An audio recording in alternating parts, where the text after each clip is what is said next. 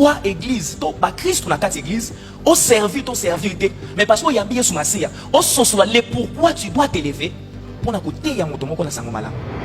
Mais nous avons les Zoé, ça veut dire qu'ils soufflent na yemoko. On est différent des anges. Parce que si ma banga talo, c'est comme ça qu'il se fait. Donc comme on a la Biblia. Et si tu as soit ta kande mataki, yemoko bo tele mazoluka.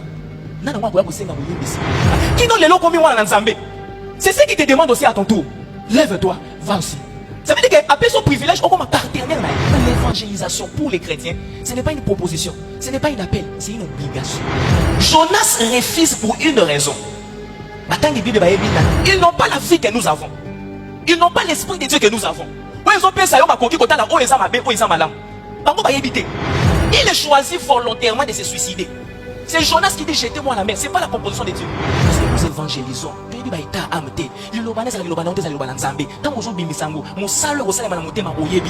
n'a pas dit s'il vous plaît, papa. Il n'a pas dit s'il vous plaît, maman. Il n'a pas dit s'il vous plaît, chers frères, chères sœurs. Non. Alors, il faut qu'il travaille, créer du temps, évangéliser. Si tu es chrétien jusqu'à aujourd'hui, tu ne prends pas le risque d'évangéliser. Tu n'as rien compris de l'amour. Nous tous nous jouissons dans l'influence. Et dans la famille, dans le coin, dans l'avenir, il y a des gens avec facilité qui ont la pénétrer. Et sa responsabilité, Tala, Banani, Kobazana, annonce l'évangile. Triompher de l'amour par l'évangélisation. Yambona, quand on a un texte de base, où est Jonas, pour la côté de Sabiso, Motouya, il y a évangélisation, on a quoi limbola. Et Bendamina, Moto, Bengina, le poto, évangile, qui veut simplement dire la bonne nouvelle, Sangomalam. Et notion oyo, de plus en plus, na penser ton ami tema ya ba Christo et comme mingi koza la réduit petit à petit, alors que notion oyo yamone mo boko to esika o betisaka motema ya nzambe yambona limbola na kopesa moi extrait à réflexion pour le pourquoi église to ba Christo na quatre église au servir mais parce que yambi sous masia au sens le pourquoi tu dois t'élever pour na côté ya moto moko na sango malam baboti nyonso baboti bana. Surtout que mon bon tu as boti moi na sika. Simba moi na oyeba niveau ya kanda mama na. Cela veut dire qu'il porte cet enfant dans son cœur.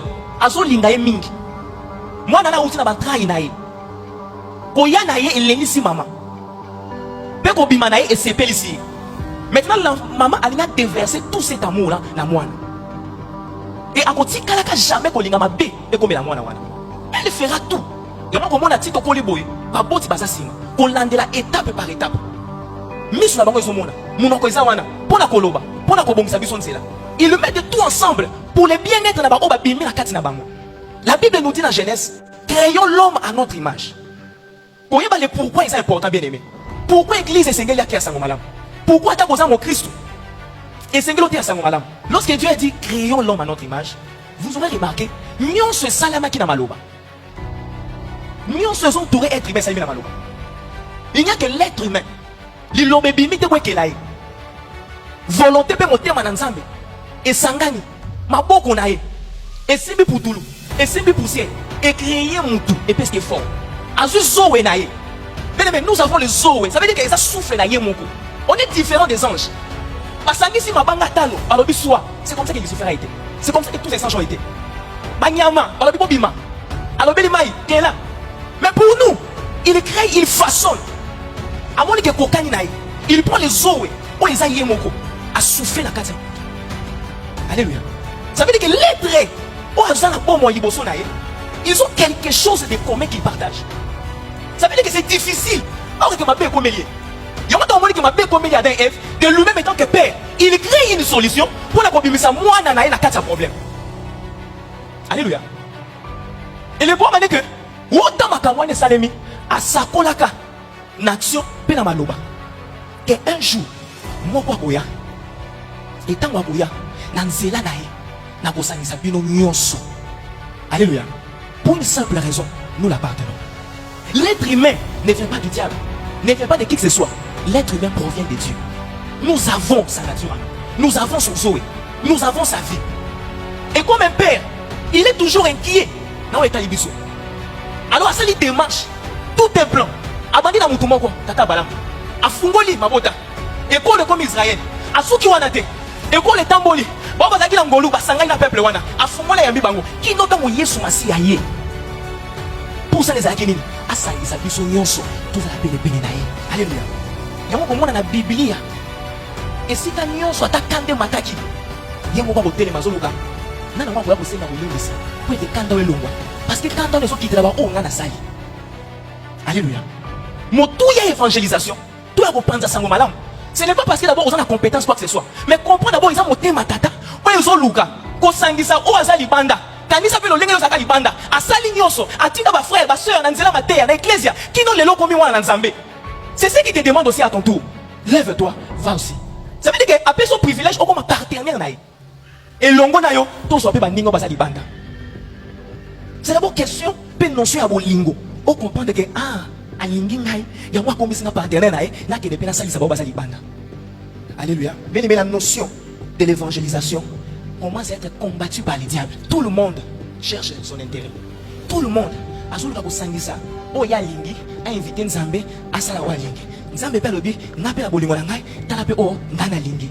Soki ozana bolingo o ko sosola ya Nzambe et salema. Parce que so ya salemi ya pe ozana kimi. C'est pour cela l'évangélisation pour les chrétiens, ce n'est pas une proposition, ce n'est pas un appel, c'est une obligation. La vie vous a été offerte. À votre tour aussi, vous devez la transmettre aux autres. C'est une obligation. Donc, vous avez ça la montée. Ils ont vraiment mal. La texte total, tout le monde est dans sur Jonas. Bible dans verset 2. Nzambe a pessié instruction. Kende na mboka Ninive, kende côté à Samalamu, maso sala mabe.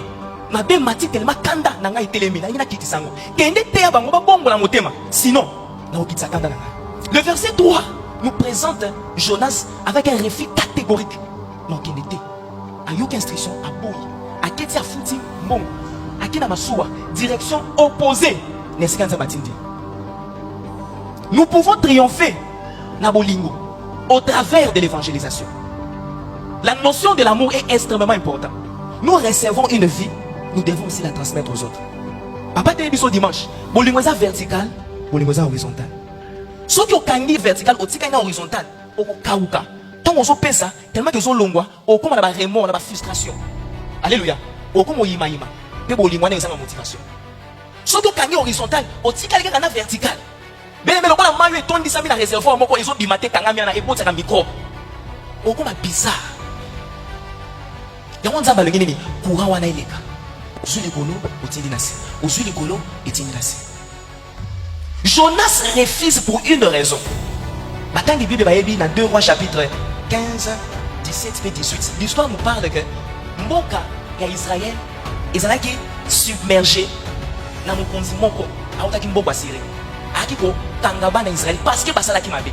Et dans le Jonas a été cité comme prophète Nathan. Alors, à Syrie, ils ont été reconnus pour la cruauté, méchanceté. Parce que le peuple qui va tanguer partout dans la ville. Pour la soulèvement et salement, maintenant que vous avez un bébé, vous avez bébé à 3 ans, 2 ans. Pour la hôtel, c'est notre cruauté, on a un béton, boum, on a couvert. En fait, l'espoir est l'obé à la tête. Quand on a si Jonas a kangakia, pas si on a zakir en montagne. Et Israël a yéba qui va ennemi, il y a ma bé, parmi tant d'autres. Nini va zakir en kati. Et lorsqu'il y a un tindi et kuna, à boyi, c'est la raison, il y a refinaï. À boyi pour des raisons, bah ça qui est ma bé, à boyi pour l'imbécile. Aboye ko panda sango malamu pe azopanga ke tango ko panda sango malamu bolingo na Nzambe etonda mo eleka ndelo ekitela peuple wana. Alléluia. Nzambe alanzi papa lobite bolingo za lokola nyongo otozui tokotika la jamais ko futa to beke na futi nyonso na koki. Non, nous devons continuer à aimer. Un enseignement que Dieu voulait faire comprendre à Jonas et sengei na olinga ataba oyo bazo nyokola yo. Parce que ceux qui n'ont pas de n'a pas de na keli bango. Ils n'ont pas de ngolo boye bingai, mais bango ba éviter. Yango bazo continuer ko sala mabe. Ils n'ont pas la vie que nous avons. Ils n'ont pas l'esprit de Dieu que nous avons. Quand ils ont pensé yo ba koki ko tala o eza mabe o eza malam. Bango ba éviter. Yango na langage benga bango homme animal plutôt. Il vit par son instinct, par ses passions. Il ne sait pas que o eza bien, il ne sait pas ça y est bien monté. Yango nza ba lobi kende. Koboya tellement ça fait des ceux qui commencent à se boya. Comprenez wa komona ke pasi oya monaki kanda wa yokaki tule wa yokaki kino yindi la musia wa lobike awa tozo kufa yo zo boyo zo sambela nzambe na ote. Il a choisi volontairement de se suicider. C'est Jonas qui dit jetez-moi à la mer, c'est pas la proposition de Dieu. C'est pas une vision qui est en non. Il choisit le suicide. Bien aimé,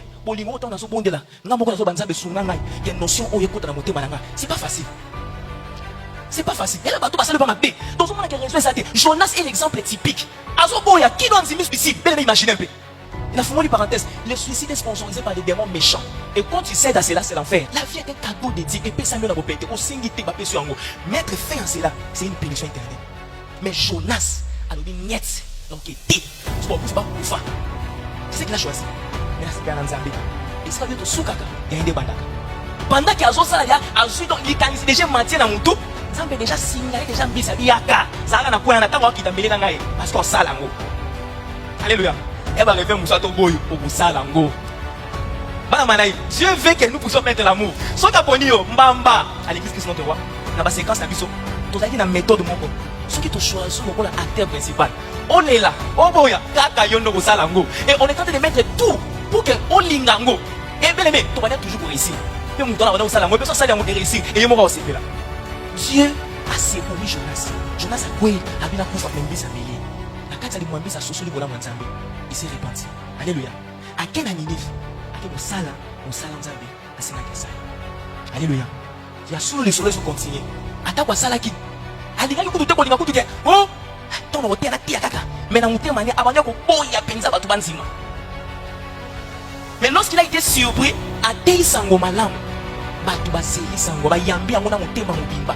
Ba yambi maloba na Nzambe na motema mobimba. Ça veut dire bien aimé, lorsque nous évangélisons, tout ba ita amote. Lilobana sa lilobana ote sa lilobana Nzambe. Tant ozo bimisango, mosalo osala na motema oyebite. Akanga mutu, afinga, achangi, akala na selikolo. Mais maloba ba komosa na motema oyebite. Jonas n'a rien dit de makasi. Répentez-vous, azokanga kaba azokanga. Atamboli na fila azokanga. Bible biko banda na mokonzi. Païen. Alongwe na ngwende avandi na mabele azwisa ka chena kutulu a décrété gêne général on a batu nyonso tina banyama ala niveau ndenge bayambeli maloba na Nzambe tango tozo linga batu bakufa Nzambe azo linga batu babika yango na lobaki joana pensez à Yesu etalisama ke panda ban Israël que ce ne sont pas les Assyriens qui sont les problèmes, c'est les diables. Il agissait derrière eux. Bon nyonso bazo bundisa yo to bazo telema lokola ba ennemi, ce ne sont pas eux. Eza bangote, eza mungu na zasima. Bango esengeli pilinga bango baze kilamu na Nzambe. Et ceux qui trouvent à sang malam toté avec bolingo, afin que changer bango. Ya wana Jean 3 c'est oh totangi bible lobiboye. Car Dieu a tant aimé le monde. Bolingo ne l'écrit tellement après 6 mois à Ikinda. Afin que toute personne, quiconque croit en lui. La solution ultime que Dieu avait tant entendu, préparé, élaboré, planifié. Tout le coquille s'ami. Les manches. Alors voici, Jésus a accompli ce qu'il fallait. Abani ko sauver batou nyonso, ozalandoki, balonko la famille, bakango na mabota avec Jésus, azokota bisika nyonso ko bimisa bana oye aksali. Na lilingi na ye. Parce que azolinga biso. Na ekeke wolo tozana ngo. Yona nga totelema.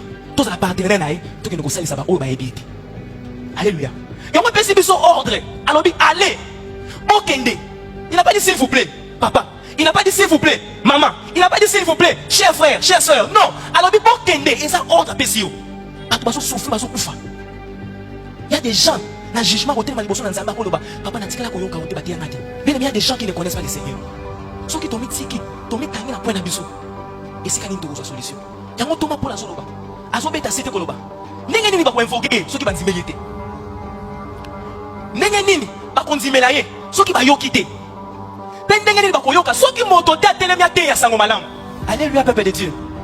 Trouvez tes soins pour makasi. Pour l'évangélisation. Et ça, nous doit qu'il a voté à Sangmalam. Azo soit pas na portion de Zambé à Kaboli, ba oignon sur batterie maka pour la la Sangmalam. Obstacle moi que ça l'a été. Dernièrement, je viens un Nigérien friqué. Il est classé dans la liste des forts parmi les milliardaires. C'est un Nigérien. Balaki si na mboka na ville moko a télé mutuka azo assistant na a télé na balabala voté à Sangmalam. À vous qui travaillez, créez du temps, évangélisez. À nous les étudiants, en tant que passe étude de l'équipe, aux yeux moi fin, moi ici moi fait maintenant, t'es à Sangmalam. Et ça va jouer mon sur les chrétiens et qu'on peut s'améliorer quand on a bien évangélisation. Et ça va jouer mon sur FIFA tout le que c'est un bon tout salaire, mais qu'on peut s'améliorer dans l'évangélisation. Quiconque prend part à l'évangélisation, nous devons nous lever. Il est vrai. Au yok évangélisation, ils ont si manego nao. Parce que vous qui ne quitter ça. Au sein de moninga. Il est grand m'a dit que l'on peut pas dire ça va monter dans un kilo ça va coûter dans mon soit évité. Mais nous devons confronter cela. Pour la côté des Nzambe, nous avons compris ton amour. Le n'est papa le baki. Ceux qui ont yamba et soumasiati, ceux qui ont capable de ça, tu n'as rien compris de l'amour. Si tu es chrétien jusqu'à aujourd'hui, tu ne prends pas le risque d'évangéliser. Tu n'as rien compris de l'amour. Il y avait un papa. On t'appelle ça, il passait à l'Essongi, dans l'Écosse. Il travaillait. Son travail commençait à 6h. Et bien, on s'est à 18h. C'est quoi, mon ami, là-bas, ça, son sang est tout soudané. Tant qu'on mes athées. Ils avaient commencé à 6h, 5h, mais ça va tant créer. Il y a un métro, il y a un métro. Pendant la ville, là. Des fois, il m'a 6h, en fait, comme on a 9h. Et toi, on a 9h, et c'est là, 13h, 14h. Si elle a 14h, 16h, dans son dame. Mais il a créé un temps. Il s'est réveillé à 4h, il s'habille à une église. Comme à beaucoup de Malibanda, quand on va s'attendre à tromper dans ma ligne, à ceux qui se vont à une église, à ceux qui gardien église, avant de 5h, 6h, tiens qu'il y a un métro. Avant de, à s'asseoir pour la téléphone, à bon ça, bon, on soit élevé, bon, on soit élevé, il est comme ça tous les jours jusqu'à Dieu, il a la maison. Nous devons créer un temps. Dieu devait toi. Na lingala na na français na anglais na compétence na yo na tomber l'ignorance. Nous tous nous jouissons dans l'influence mon songolo pakala. Et ça na famille, na quoi moko, na venir na musala. Il y a des gens avec facilité ba ka bosana na pelepele na yo. Et ça responsabilité tala banani ko bazana ba Dieu sur ancienneté annonce l'évangile. Alléluia. Nous devons annoncer l'évangile. Si nous ne faisons pas ça, bien aimé ça sera pas. Alléluia. Évangile ça pas na biso. Moto ya biso na sien et c'est là qu'il a dit ça. Alléluia. Alléluia. C'est comme ça. Apa ngwa ndibana. Tobete Yesu maboko makase.